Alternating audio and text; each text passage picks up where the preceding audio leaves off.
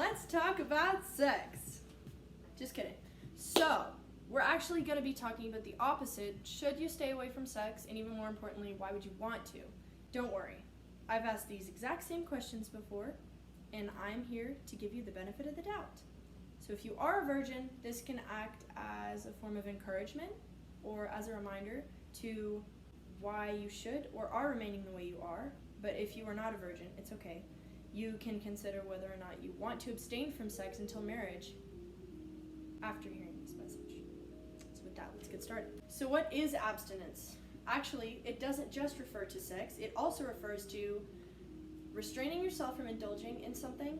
So that's the general definition. That can mean smoking, alcohol, or the addiction of getting way too many tattoos, or just any type of addiction. So in this case, we're referring to the act of refraining and staying away from sexual activity until you're married, obviously. So I don't know if you guys have seen the TV show Jane the Virgin, but Alba Villanueva, the grandma from the TV series Jane the Virgin, encourages her granddaughter to remain abstinent by helping her visualize her virginity as a flower, a white rose, as an appeal to fear. She makes her crumple up the flower that she places in her hands and try to restore it back to its original stature. Obviously she fails, which her grandma later explains is like her virginity. So from a Christian perspective, we can look at what sex is in the Bible. So it is the act of expressing love to your spouse. When it comes to God's perspective, abstinence refers to much more than just intercourse. He encourages us to refrain from any sexual and moral activities as well.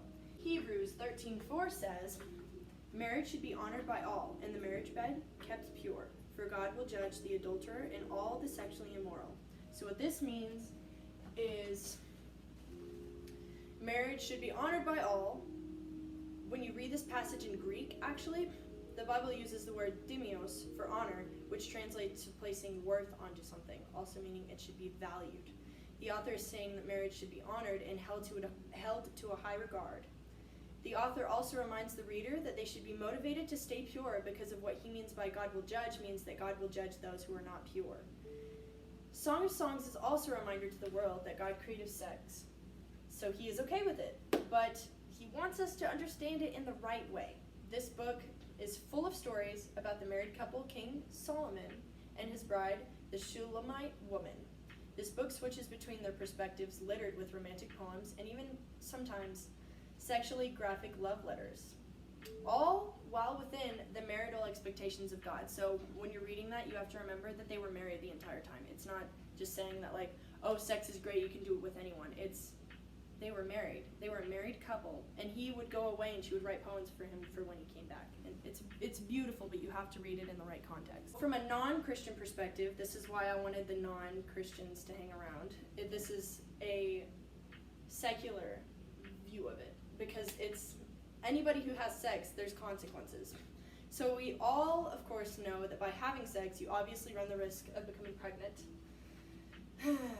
By having sex too early, you are at a higher risk of falling victim to STDs, which can be things like genital warts, chlamydia, and STIs like gonorrhea and syphilis. Yay. I want to inform you on proceeding with caution when researching these terms individually. They can get really gross, so just keep that in mind. Porn can also associate with this, and I'm saying this is a man thing. It can also be correlated with women, but it's mostly men. I mean, watching porn can make your mind more vulnerable to giving into sexual activity, because also referred to as the new drug, according to fightthenewdrug.org. Fight the New Drug also states that men are more likely to commit acts of rape and abuse because of the images and scenes depicted in over 87% of pornography videos and even photos. Battered basically means women who are constantly being domestically abused or hurt. So of a study that was done of 271 of these women who were being domestically abused, they found out that 62% were married. 38% of abusers reportedly used pornography. Of the women whose abusers used pornography, 58% acknowledged that the pornography affected their abuse. For battered women, these abusers use pornography, the odds of being sexually abused or increased by a factor of 1.9. You can find more information about this if you're interested from endsexualexploitation.org, where I found this picture. Women, going back to emotional pain, you can become more attached than the man does. Women release more oxytocin during sex and become more emotionally attached, making it almost impossible to walk away from the person they exchanged it with. So men naturally look for a suitable partner, and it's part of who they are to choose the highest quality female they can find, which is why the man will respect you more. It's just who they are. It's a part of how they're built. And men are wired to feel this way, even if they don't realize it. One of the best examples of this, although a Hollywood image, can be found in 1987 hit film The Princess Bride. In this movie, the grandpa tells a story to his young grandson, trying to snatch his attention away from his video games while he's in town. His attempt to do this is classic, through a bedtime story. In this, the man who is depicted shows his love to the woman through acts of service. Throughout the beginning, his way of telling the woman he loves her is by saying, "As you wish."